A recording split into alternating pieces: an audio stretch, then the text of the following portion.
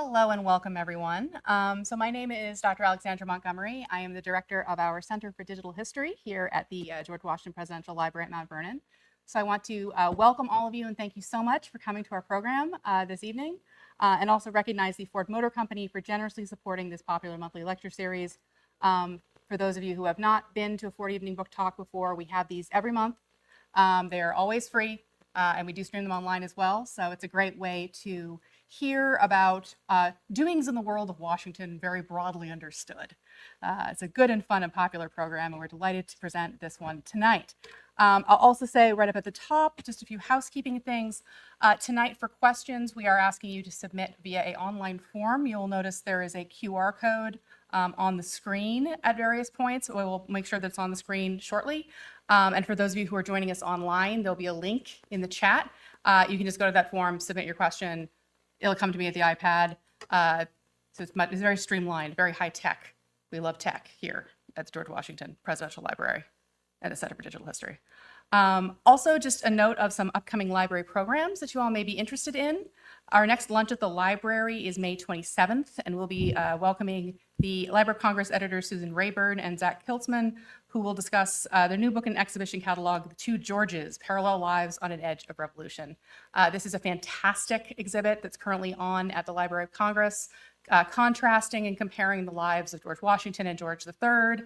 I went with friends last weekend. I had a fantastic time. I think I freaked my friends out a little bit by how fantastic of a time I was having, but do recommend. And yeah, so on the 27th, we'll be having them here to talk more about that fantastic exhibit and their exhibition catalog as well. Our lunches at the library are paid events, and for your payment, you get to learn and also lunch. It's a great combination. Also, from May 30th to June 1st, we'll be holding our 2025 Mount Vernon Symposium on the topic of judiciously cultivated revolutionary gardens, future visions. And that is a very popular series. We'll be focusing on gardening and sustainability, past, present, and future, with many great experts on this topic. That always fills up. So if you're interested, make sure to let Stephen McLeod know. Also, because they let me do this tonight, I'm going to plug our podcast series, Leadership and Legacy, Conversations at the George Washington Presidential Library. It's an interview show with our executive director, Dr. Lindsay Chervinsky, and a host of historians and industry leaders talking about themes of history and leadership. We just launched our most recent episode on Monday with historian Dr. Megan Kate Nelson on what we can learn from the life of Northern Cheyenne leader Little Wolf when thinking about leadership and American history. All right, but let's get to what we are actually here for tonight. So tonight we are joined, normally we are only talking about one book, but tonight we are lucky enough to be talking about two different projects. So we're joined by the authors of two wonderful projects that touch on the Jewish community in early America. So to start with, Adam Jortner is the author of A Promised Land, Jewish Patriots, the American Revolution, and the Birth of Religious Freedom, published by Oxford University Press in 2024. That is available for sale out in the lobby. And if you buy it, you have the advantage of being able to get it signed. And here it is right here. It is a great book, strongly recommend. Dr. Jortner, well, the book itself tells the lost story of Jewish patriots, the American Revolution, and their role in creating and securing religious freedom in the wake of war. And we'll be hearing a lot more about that tonight. Dr. Jortner is a professor of history at Auburn University. He's also the author of 4 books and a best-selling Audible series, The Hidden History of the Boston Tea Party, which sounds fantastic. He's also written about the history of miracles, religious violence, witchcraft, deism, and monster movies. Pause for effect. He lives in Alabama with his family. So then the first project we're talking about is A Promised Land, the book. We are also talking about another project tonight, which is not a book, but a podcast. Pause for effect. Antisemitism, U.S.A. is a scripted podcast series from R2 Studios, which is part of the Roy Rosenzweig Center for History and New Media at George Mason University. It tells the long history of anti-Semitism in America, from the colonial period to today, with the idea that everything has a history, and anti-Semitism does as well. It's a fantastically engaging podcast, and I strongly recommend that you check it out if you have not already. For our online viewers, we'll be putting a link in the comments, but for the folks here, you can go to r2studios.org, or you can search the name Antisemitism USA in whatever app you use to access your fine podcasts. The podcast is executive produced by Jeanette Patrick and produced by Jim Ambuski with Britt Tevis as a lead scholar. Tonight, however, we are lucky enough to be joined by the authors, the two primary authors of this series. So John G. Turner is a professor of religious studies and history at George Mason, who co-wrote the podcast. He's also the author of Joseph Smith, The Rise and Fall of an American Prophet, forthcoming from Yale University Press. Very exciting. And secondly, Lincoln Mullen, who is a historian of American religion and the 19th century United States, often using computational methods for texts and maps. We love tech here at the George Washington Presidential Library. He's also the executive director of the Roy Rosenzweig Center for History and New Media at George Mason University. He's also professor in the Department of History and Art History there.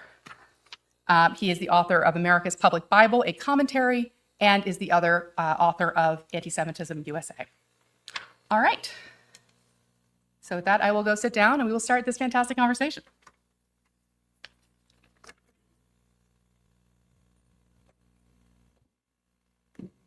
Hi, everybody. Hey. I'm over here now.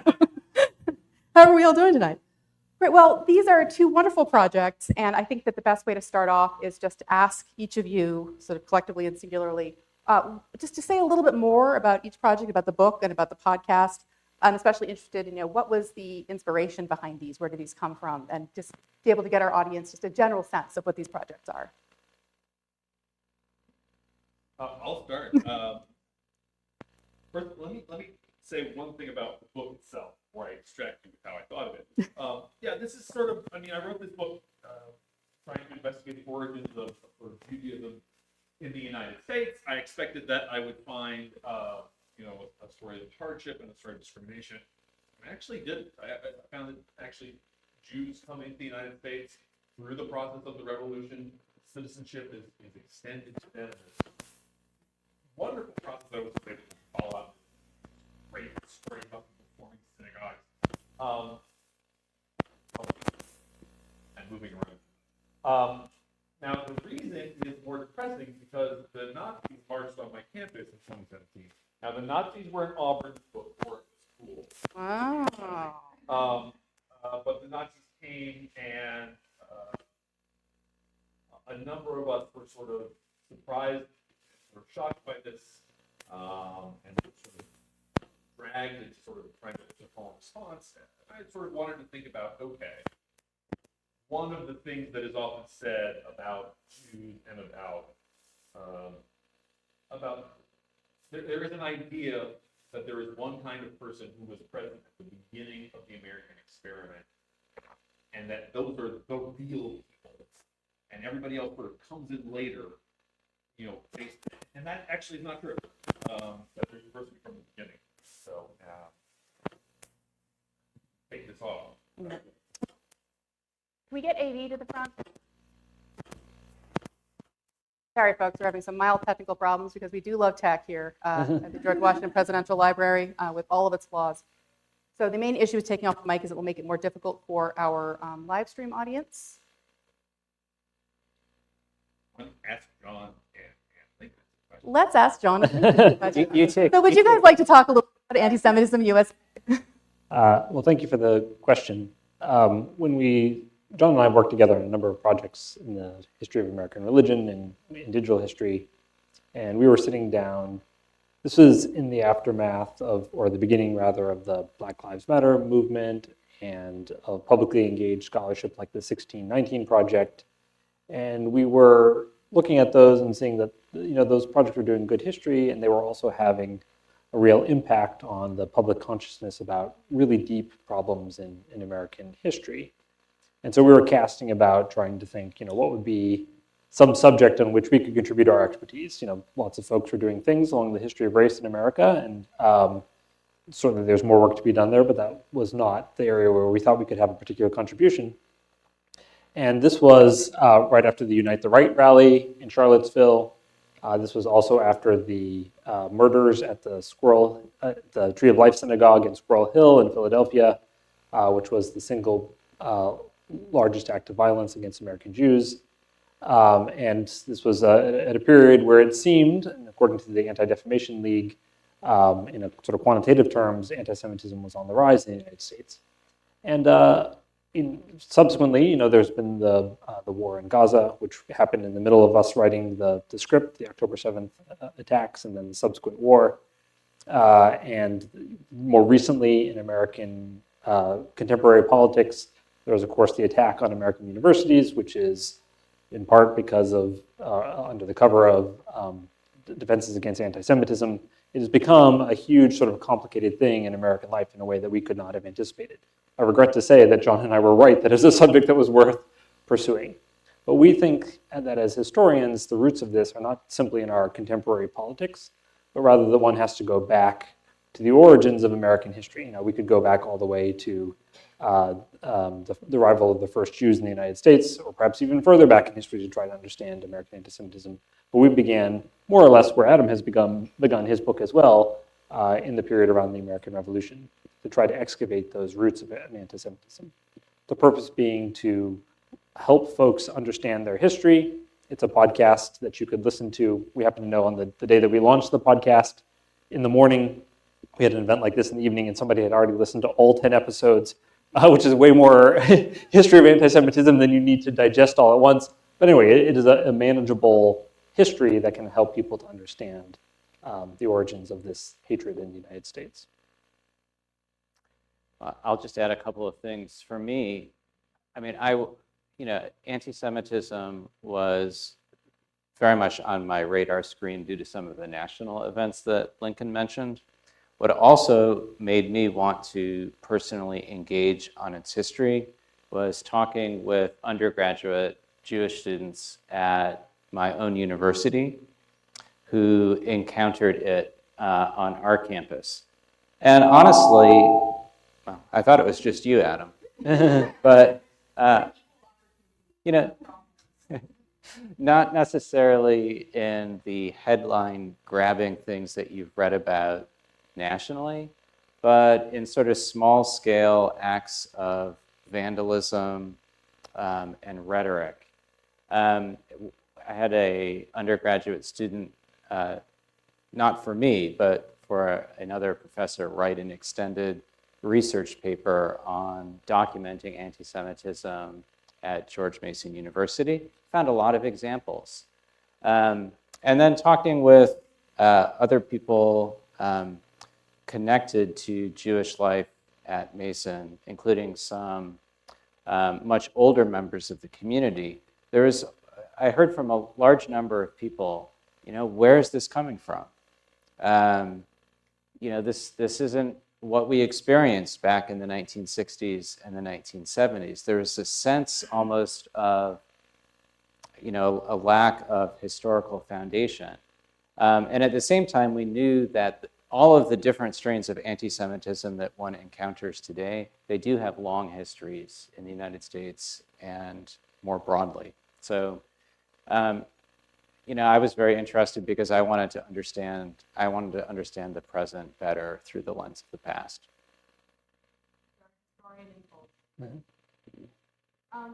let's do, you sort of said we should start all the way back to the very beginning, so let's do that, actually. So I would love to hear from all three of you and for the audience just a sense of what is the Jewish community in Southern America like immediately before the revolution? Who is here? What kinds of challenges are they facing? I think this big question about religious freedom comes up quite a lot in both the podcast as well as your book, Adam. And so I'd love to hear just generally, let's set the stage a little bit. Where are we? Let's say it's 1760. Because I think, as you mentioned, there's a sense when we think about who's here for the founding, you generally don't think about Jewish people. So let's push back on that. Well, sure. There is a Jewish population in the British colonies, but North American colonies are not where it's at. It is actually in the Caribbean. I think when New York finally gets a synagogue in the 1730s, it is something like the 12th synagogue built in the New World. Primarily, the Jewish communities are in the Caribbean and they're in South America. So what you sort of have is some marginal communities. There's probably 3,000 Jews living in the North American British colonies in 1775. They are not citizens. They are, again, nobody's a citizen, they're all subjects, but they are all residents, which is to say they are allowed to live wherever they are, which tends to be in 5 cities: Charleston, Savannah, Newport, Philly, New York. But they do not have they can't claim any British rights. And again, their status it can be revoked at any moment by the powers that be. That's the short version. And there's going to be an exciting change. Stay tuned. Stay No tuned. spoilers. So similarly, in the first episode of the podcast, you sort of begin with this moment where we have Aaron Lopez and I wrote down the name, Isaac Eliezer for petitioning for citizenship. So I'd love to hear you talk a little bit more about that, as well as just to the general question as well, to continue to set the scene. I'll take that one if that's okay, Lincoln. Yeah, one of the things I loved is that we both told some of the same stories in the podcast and in your book. And so both Adam and we narrate the story of Aaron Lopez, who, along with many of his family members, come from Portugal to various places in the North American colonies, I think starting in the 1740s or so.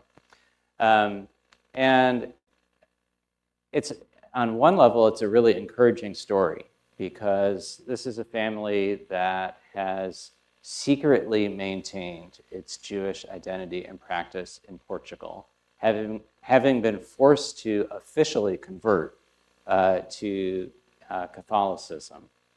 Aaron Lopez, when he was in Portugal, he was Duarte or Edward Lopez. When he comes to North America, he embraces the name Aaron. He gets circumcised. He openly makes it known that he's observing the Jewish Sabbath and Jewish holidays. So he can openly live as a Jew rather than secretly maintaining a very anxious private Judaism in Portugal. And yet, at the same time, he and another man are turned down when they apply for essentially naturalization in Rhode Island on the grounds of being Jewish. And this is a bit of a patchwork across the colonies, because other members of the family end up in New York, where I believe they can exercise civic rights. Lopez, to some, maybe a little bit more of a degree, Lopez goes to Massachusetts, gets naturalized, comes back to Newport. But yeah, he's essentially a tolerated and even respected resident. But he's not a full equal member of the political community. Maybe worth noting that the nature of political belonging is changing in this period, and the American Revolution, French Revolution, other revolutions will help with that. But the kinds of Jews who were in British North America, Adam's already listed out the cities there, as well as the ones in the Caribbean, you might think of as being port Jews. In other words, they were traders, merchantmen. They lived in port cities, and they are not dissimilar from Jewish communities in port cities like Livorno or other places in Portugal and other places in Europe or in North Africa, for that matter, where political belonging was for groups of communities. Groups of Jewish communities had political rights as a community, as opposed to rights inhering in individuals. And so in the story of Aaron Lopez and the other people that we're talking about there, we're starting to see the transition of a nature of political belonging being from different communities have rights within a bigger sort of polity to rights inhering, as we think about it today, inhering in individual people. And this political process that we're talking about, these quests for naturalization, is an early sort of step towards that change in political belonging. So what about religious freedom? Even in this pre-revolutionary moment, we often, maybe in our moments of hubris, like to think of the American colonies as being in some ways founded for purposes of religious freedom. What does that look like? What does that mean, especially for Jews? No. All right. Get this, maybe clear about this. I don't say this to be, I'm a historian, I'm problematic. the idea that there are American colonies are founded for the purposes of religious freedom, that is nice, but it doesn't reflect the actual reality of the situation. Some of them are established to be, Puritan strongholds. That's what they were intended to be.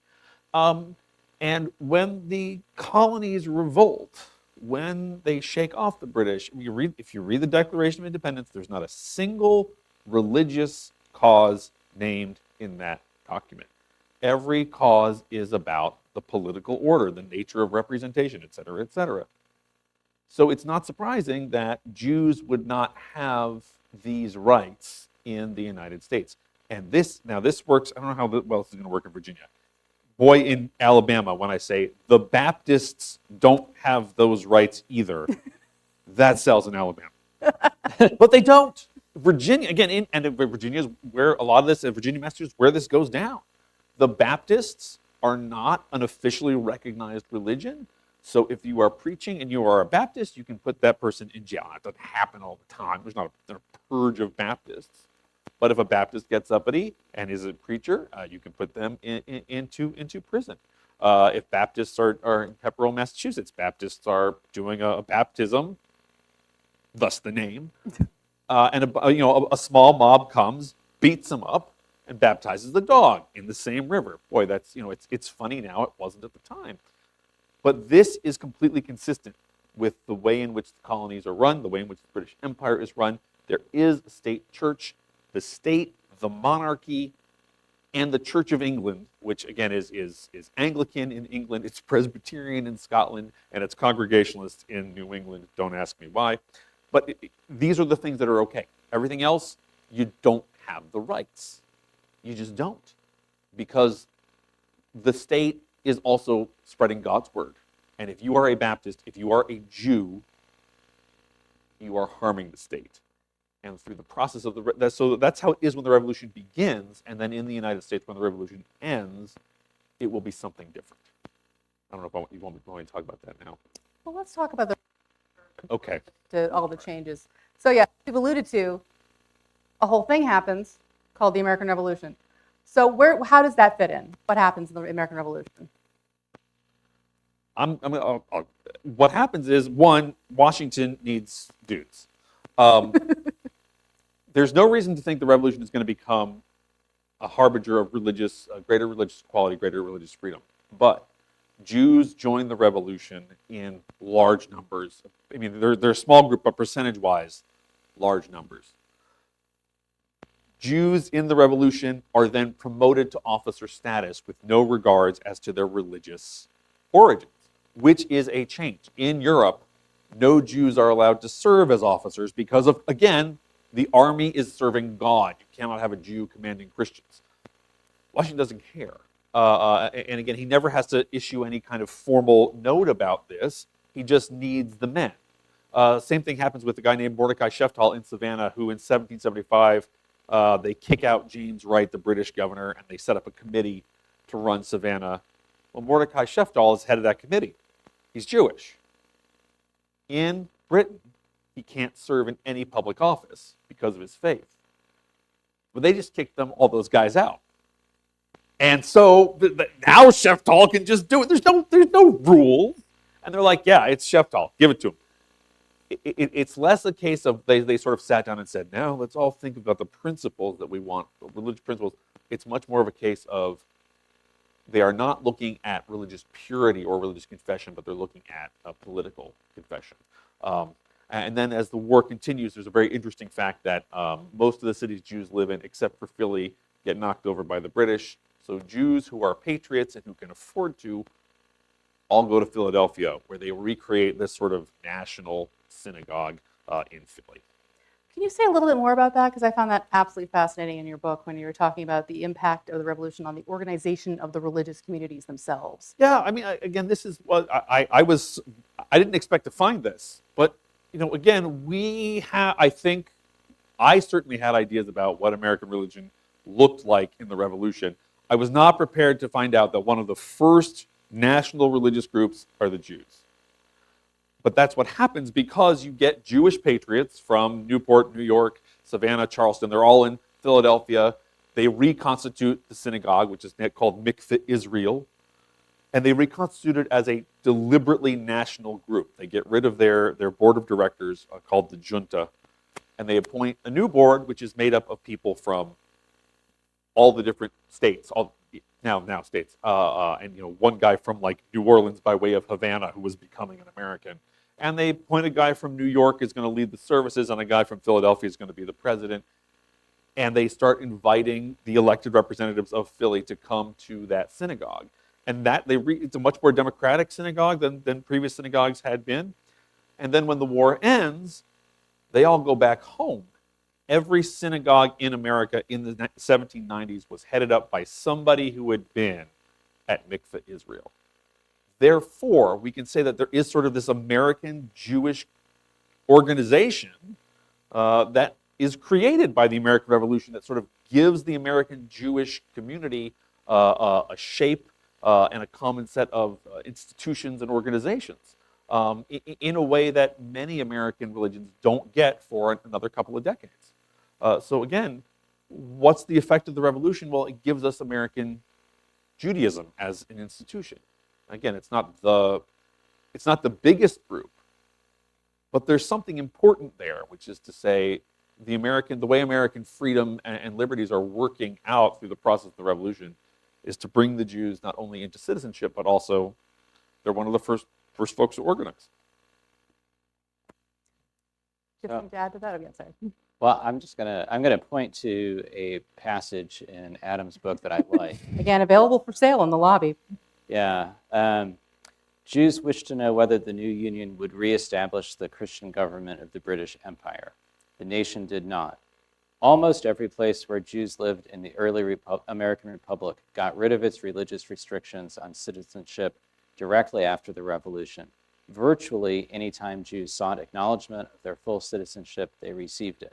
So two comments. One of the other things I appreciated in your book that if I'd known about it before, I'd forgotten about it, is you detail some moments in which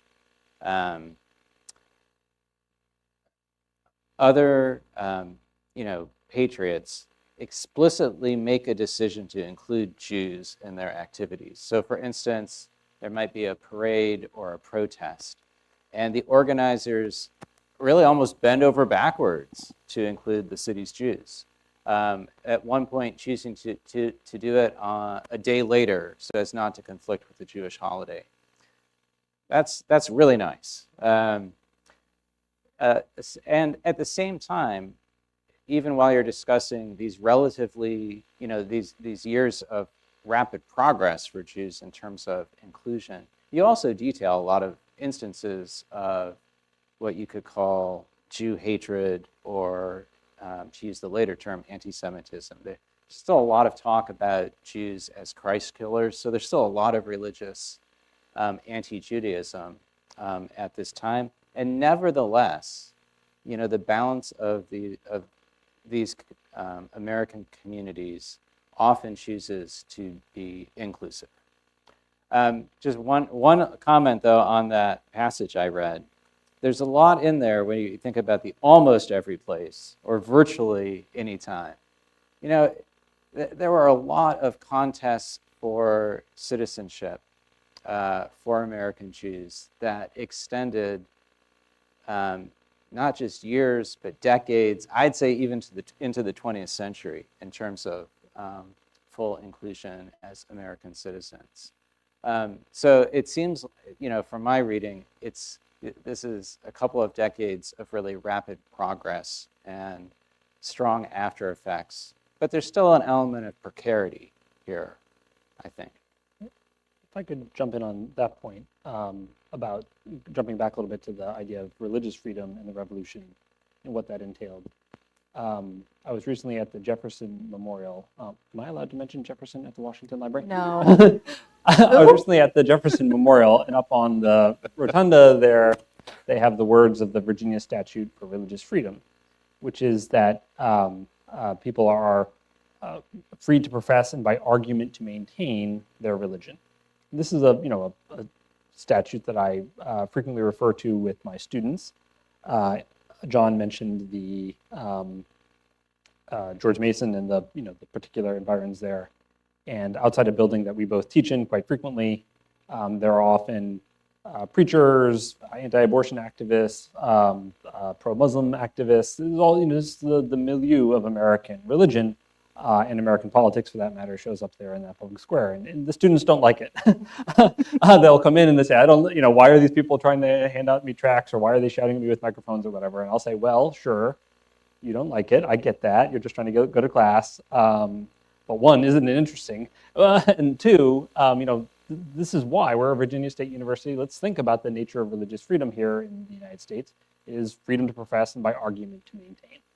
However, why is that the nature of religious freedom in the United States? There are other roads that things could have gone down.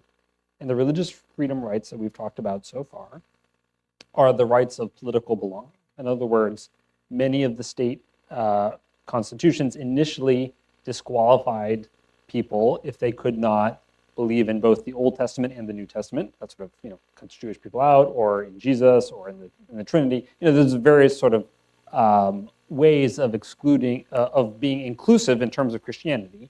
The clauses were intended to be inclusive of many different kinds of Christians, but were in fact exclusive of Jews. And over time, those get knocked down, and those people end up in the legislature, and all of the kind of things we talk about. So those disqualifications from political belonging, citizenship, office are removed, and that is one kind of religious freedom. And we're probably all familiar with the words of the First Amendment: no establishment of religion and the free exercise of religion. But one thing that is interesting about many American Jews, and this is in the period that John is talking about, post-revolution, but still very much in the early republic, early American Jews, some rabbis, some religious leaders argued that there was a right against being proselytized. Now, if you go to the Supreme Court today, you're not going to find any right against being proselytized. The legal scholar Sally Gordon calls this the spirit of the law. In other words, people often look at laws and they say, well, the spirit, the idea behind this law must be something along these lines. And you probably all have experienced the minor annoyance of a street preacher or somebody trying to, or it could be some political cause or whatever. Imagine what it was like to be an early American Jew, vastly outnumbered by Christian fellow citizens, who oftentimes donated money, put big names behind, and created organizations like the American Society for Ameliorating the Condition of the Jews, which we talk about in one episode of the podcast, to try to convert you away from Judaism to Christianity. And the argument was that morality is the basis of citizenship, and therefore the best kind of morality came from Christianity, and so therefore Jews ought to become Christians to fully become citizens.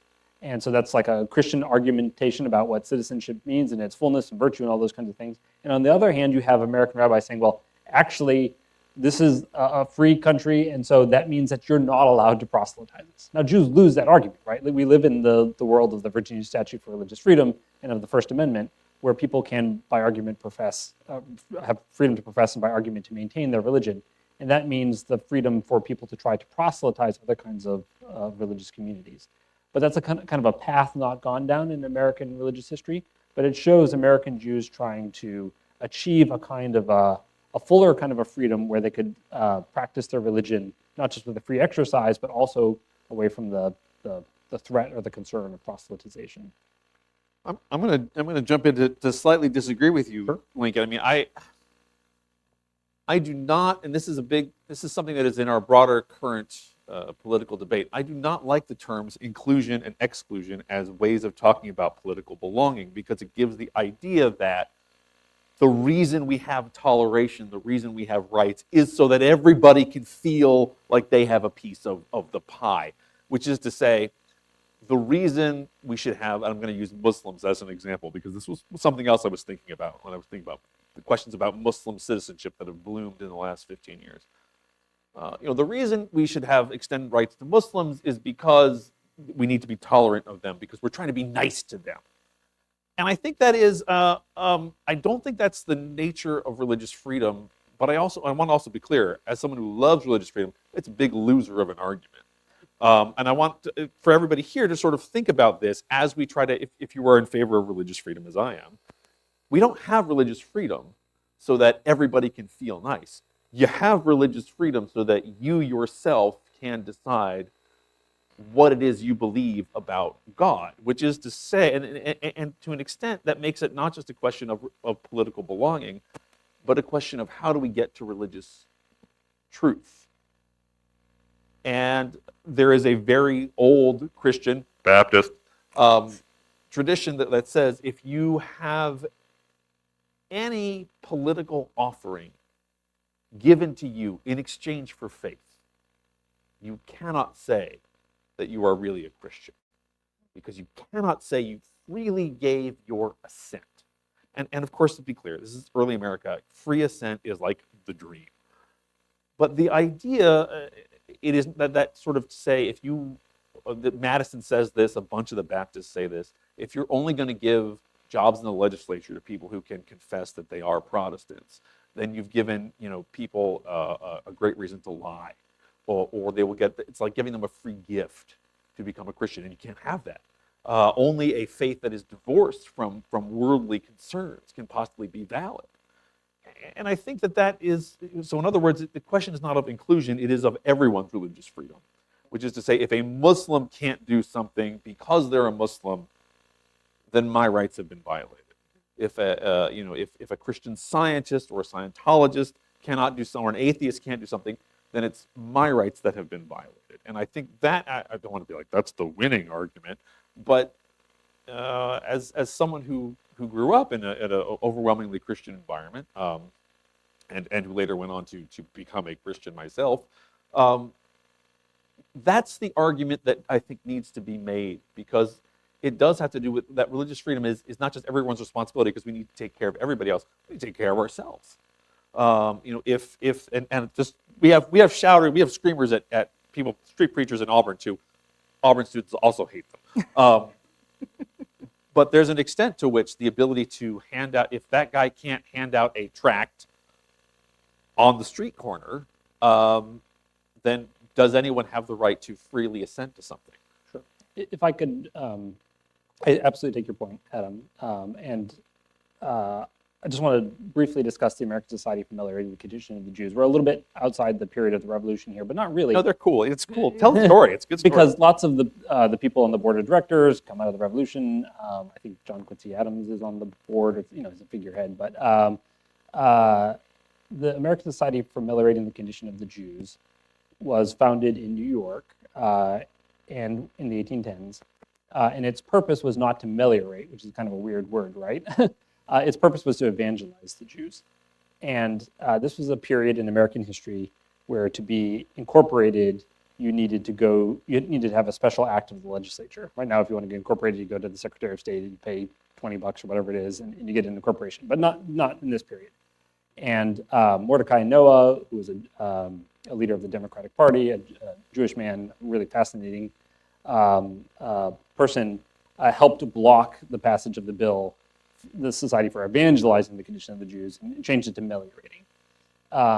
This organization tried to handle Jewish immigrants, indigent Jewish people, and other things along those lines. There was a kind of a community rub here where the Jewish communities often said, well, we will take care of our own poor, we will take care of our own newcomers and so forth. We don't need to let the Protestant wolves sort of have them, so to speak. But what the American Society for Ameliorating the Condition of the Jews tried to do was to send out missionaries or to Jews in order to convert them to Christianity, and then to put them on a farm in upstate New York in order to give them a kind of a living. So it's kind of like this Jeffersonian, I'm sorry about all this Jeffersonian stuff. It's sort of like this to redirect us to Washington. This Jeffersonian farming sort of utopia kind of idea put into play. Bizarrely, like they end up trying to do this in Palestine as well at the same time. But the idea, the argument that Jews would make would go something like this. Christians would say, well, there are so many millions of Jews in the world, you've only given X $1,000s or whatever to be able to contribute to converting Jews. So you're only given a few pennies for each Jewish soul in the world. Won't you give more money? And Jews would do the calculus. They'd flip the numerator and the denominator, and they would say it the other way around. They would say, you have converted 3 Jews and you have given X thousands of dollars, so you are paying this amount of money to convert each Jewish person to Christianity. And also it's like wildly inefficient and not successful. But the point there is a few different things. The organization was never successful in converting any meaningful number of Jews to Christianity. What it was really successful at doing was raising money. And it was successful at raising money in this kind of benevolent society way that was very prevalent in the Republic across lots of different kinds of organizations, not just religious. And by gathering all those monies, it was a way for people in essence to say, yes, we affirm the purpose of this organization. With our checkbooks, with our pocketbooks, giving money to this organization is a way of saying that its purpose is something that we think is necessary for the health of society, for the health of the Republic. And so you may not see many Jews converting to Christianity, although being, as Jewish apologia would say, being bought and paid for. It's the same thing that you were just saying with the Baptist, right? The idea, though, is that broadly speaking, American society thought, actually, it's a good idea to have these people Jewish. They may be citizens in some way, but it'd be better if they were Christians. And is that anti-Semitism or is that religious freedom? Well, it's a tough question to ask. From the perspective of many American Jews, the idea was that it would put an enormous pressure on them to convert and be proselytized. And so it was a question about belonging. And Jews had to offer an argument, which they did, and quite successfully, for why their religion allowed them to be moral citizens, the same as Christians. And I think to build off of that, I think one of the things I wanted to talk about in the book is the 1820s and 1830s are really where we get this. The idea that America is founded as a Christian nation, by which I mean founded with specifically Christian values to Christian ends. That's what I mean. The idea that America is founded as a Christian nation is largely absent in the Revolutionary period. 1820s and 30s comes this idea of the particular values of Christianity are what make this country what it is. And you begin to that's when you start getting a great whitewashing of the founders, who are, they're mostly Christian dudes.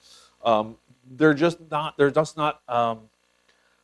sort of the passionate, emotional kind of Christian that we associate with modern evangelicalism. They're I like to say many of them are great sitting Christians. That's a certain tough crowd. Not every Christian wants to jump up, and some are really happy just sitting.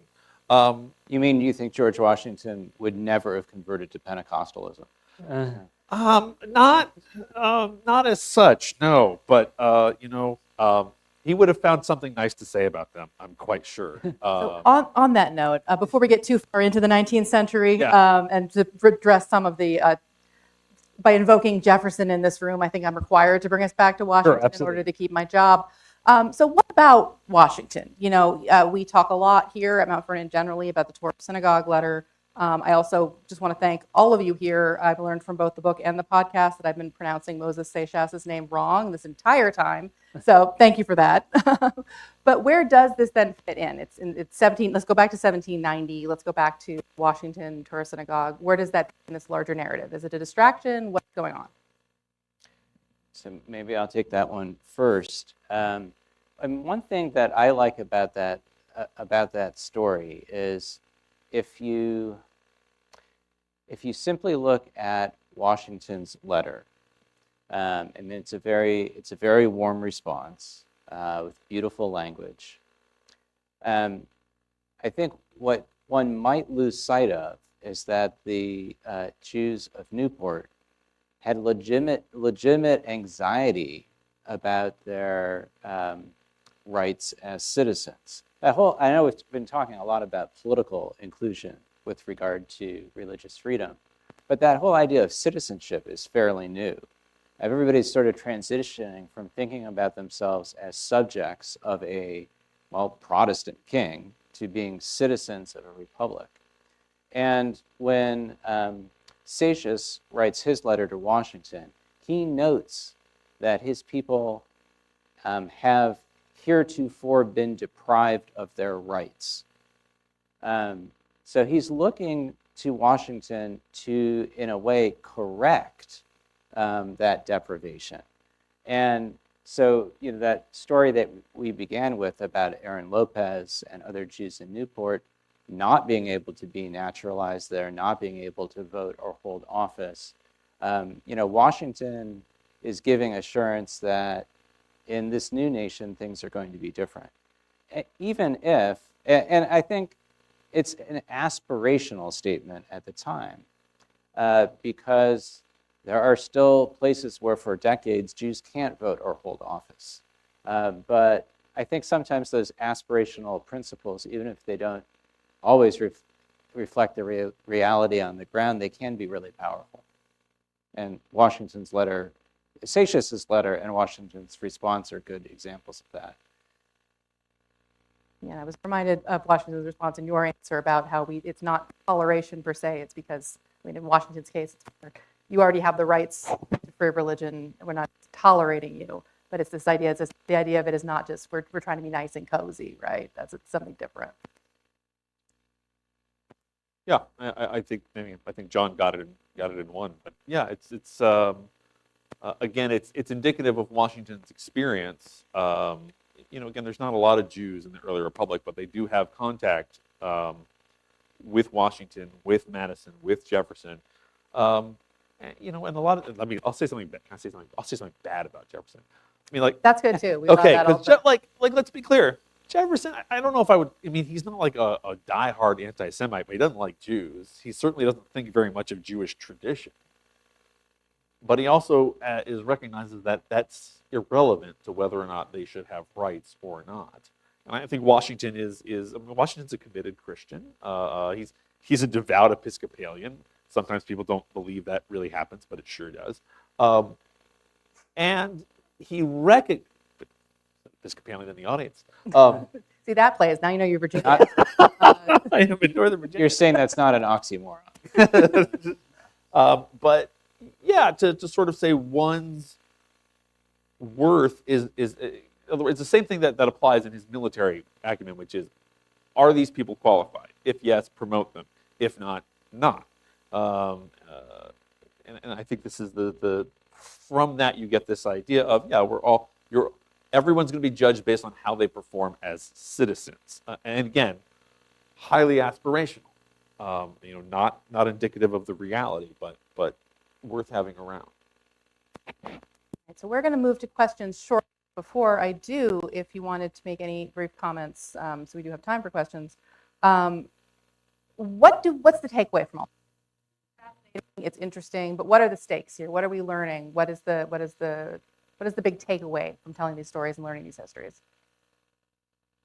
I gave it away a little while ago, which is, again, the notion that there is a certain kind of person who was citizen. The idea that it's Christian guys, it's those Christians who show up, and then everybody else is here only on the say-so of Christians is not true. And that is an idea that starts developing 30, 40 years after the Republic has been founded, and there are various reasons for that. And as, again, in an age of anti-Semitism, I stress this a lot, which is we are all responsible for not just anti-Semitism, any form of hatred or intolerance. We're all responsible for facing that in our own communities. And so when you run into these things about, well, originally this was a Christian nation, originally we were founded by Christians, this is something to bring up in a positive, instructive way, to sort of talk about, well, no, if we're actually talking about what it was the founders wanted, it was a state without a church, where one's confession about or belief about God does not affect their citizenship. We organized the podcast around this concept of strains of anti-Semitism. Unfortunately, we have all, in the aftermath of the COVID pandemic, been familiar with how various strains of the coronavirus outcompeted one another. And I think you can use that same kind of analogy to think about anti-Semitism. The kinds of anti-Semitism we've talked about so far are about political belonging and citizenship, and are Jews included in that or not? Do they make their own way into that or not? We've also talked about various kinds of religious anti-Semitism. Do Jews have freedom to exercise their religion publicly alongside every other religious faith? Is there an established church? Do they have freedom from proselytization? And so on and so forth. There are many other kinds of anti-Semitism, and those kinds of anti-Semitism are not necessarily the most significant strains of anti-Semitism in our own day. One very prevalent form of anti-Semitism is conspiratorial thinking. American history is shot through with conspiratorial thinking, but it has often focused itself on conspiracy theories about Jews. There have been all kinds of wild conspiracy theories about Jews, whether it is about contemporary figures. I don't need to name them now, but you are probably familiar with some of those.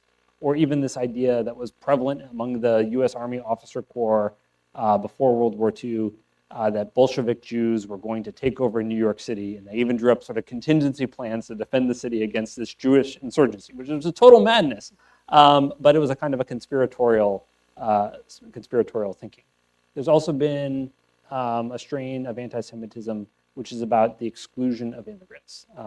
We've talked about Jews in the early republic. Of course, there were very significant waves of immigration, several that happened later on in American history, and without disrespecting the funder of tonight's evening, the Henry Ford was very prevalent in driving conspiratorial thinking, anti-immigrant thinking, and anti-Semitic thinking around immigration. We could go on and on with sort of different strains of anti-Semitism.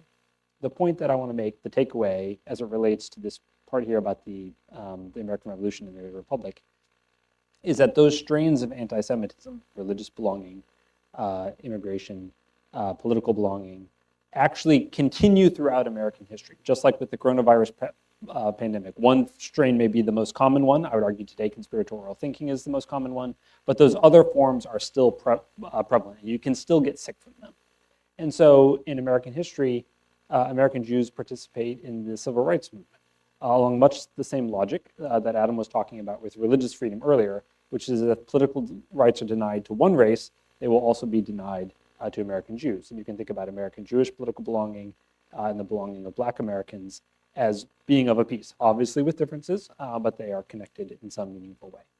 In our own day, the murders at the Tree of Life synagogue, the murderer there was motivated by the idea that the Jewish synagogues or Jewish congregations within the single synagogue building were contributing to white replacement by aiding immigrant societies. And so that is the specific reason that he came to the synagogue in order to murder Jews. And you can see that strain of anti-Semitism, which is about political belonging in some ways, but really is about that sort of anti-immigrant sentiment there.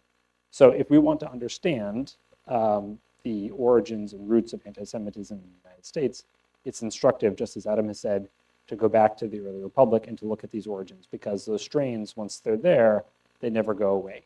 Other strains may come to the fore, but these strains that we find in the early republic are still very much a part of anti-Semitism today. So, there's something about your book, Adam, that gives me a lot of hope. And so I'll explain where that's coming from.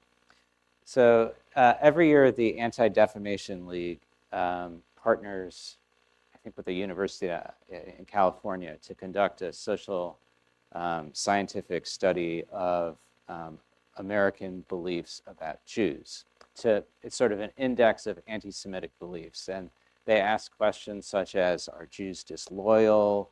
Do Jews control the financial sector? Questions like that. And they've documented that over the last 10 or 15 years, a percentage of Americans who hold, something like 6 of those beliefs is reached something like 22%. It's up from maybe 10%. And that's really troubling. It occurs to me, if you could go back in time and conduct a survey like that in 1775, it'd probably be off the charts for things like, are Jews cursed by God because they killed Christ? I bet 80% of American Christians would have said yes. Are Jews greedy? I think that comes up a lot in your book, this idea of Jews as Shylock. These greedy, untrustworthy merchants would have been off the charts. So Nevertheless, even at a time in which large numbers of American Christians probably held some really negative ideas about Jews, large numbers of Americans decided that they could understand Jews and their communities as morally upright individuals with whom they could make common cause. And we're not going to get away. We're not going to be able to wipe out all the negative views that Americans have about Jews or a bunch of other groups with any. That's just never going to happen.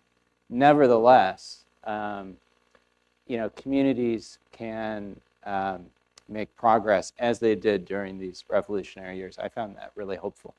Yeah, I did too. Thanks for saying that. I will say this is one of the most positive and hopeful books about the American Revolution in general that I've read in a while. So it's a. I will say Nice. I did. It's an example of where you can say here. I mean, there are a lot of ways in which the revolution. Let's be clear. Revolution, freedom, and Mixed bag. mixed bag. This is a way in which there are religious freedoms after the revolution that didn't exist before the revolution, and we need to be aware of that because these are things that can happen. Well, maybe leading from that to turn to some questions from our audience. And again, if you would like to put one in the time we have, you can use the QR code or the link in the chat for those of you online. We have a question from Stephen, which is to all speakers. When researching for the podcast and the book, was there anything that surprised you or challenged something you thought you knew? I'd only challenge stuff. I found a lot of great stuff. I'll go ahead and tell you. This was a revolutionary thing. The whole story about the revolution was amazing. Two of my favorite stories are the fact that there is one guy at Mikveh Israel. They make him now. If you are a member of a synagogue, this is something that hasn't changed. They make a guy named Jonas Pollock the president of the synagogue. He disagrees with almost everything the board does, so they get rid of him. They replace him. But he will not give them the deed to the synagogue. This goes on for 10 years.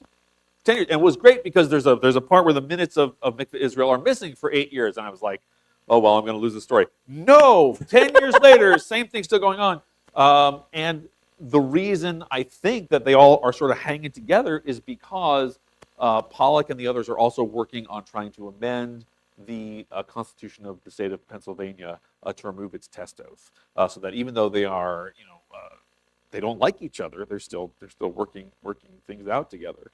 And again, Lincoln alluded to the way in which some of the Jews sort of come up with the first defenses, because again, Jews are not allowed to defend themselves against Christian attacks, theological attacks or physical attacks in medieval Europe, in Renaissance Europe. Here in the 1820s, they finally get their chance to, and it was remarkable to me how forthright they were, and how well they knew the New Testament. Yeah. And in fact, I have a very good friend who's a former student Baptist minister now, and I pointed something out to him. I'm like, one thing this guy Mordecai says is, if the Bible keeps saying the Savior is going to be called Emmanuel, why is his name Jesus? And Reverend Mize said, I've never thought about that. And I was like, well, other people have. Anyway, so that was fun. Stephen, I'm just going to take this as a license to tell you the weirdest thing that we found in the course of our research. Do anybody here in the room have a Dun and Bradstreet number? Okay, so there we go. Federal contractor? Okay. Well, I have a Dun and Bradstreet number because I, was very briefly a federal contractor. Don't ask. It was a nightmare. How many of you have a credit score? All of you, right? Okay. So credit scores get going, not credit scores, but the idea that you're going to rate people's desirability for giving them credit get going in the early republic by a firm, Dun and Bradstreet, and that they still assign numbers to various entities. I'm sure that the George Washington Library probably has one. But the way that they would do this is not like looking at people's credit cards and income and all that other kind of stuff, but rather by sending people place to place, and they would write these reports back about whether various merchants were creditworthy or not creditworthy. One of the strange things I think about anti-Semitism is that it usually operates by saying that Jews are more than rather than less than.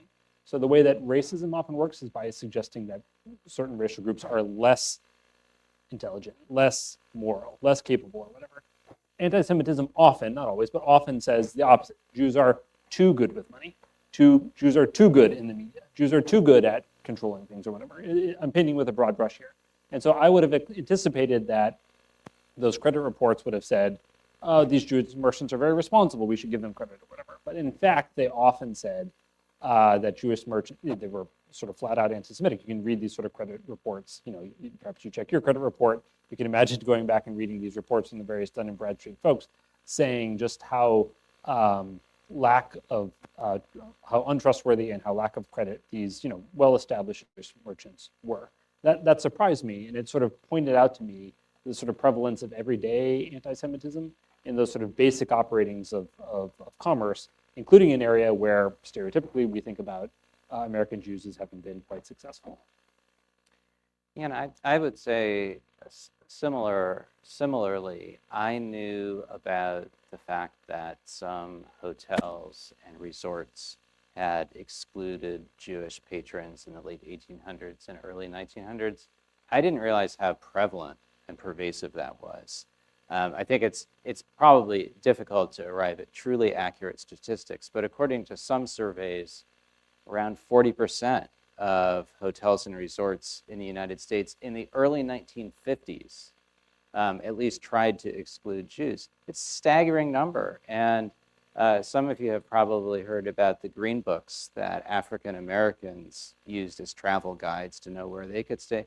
There are parallel publications for Jews in the first half of the 20th century, and that was less hopeful, but that really blew my mind in thinking about the pervasiveness of anti-Semitism and prejudice. All right, well, I think that was the only question we had time for, and I do apologize for that. This has just been such a good and productive conversation.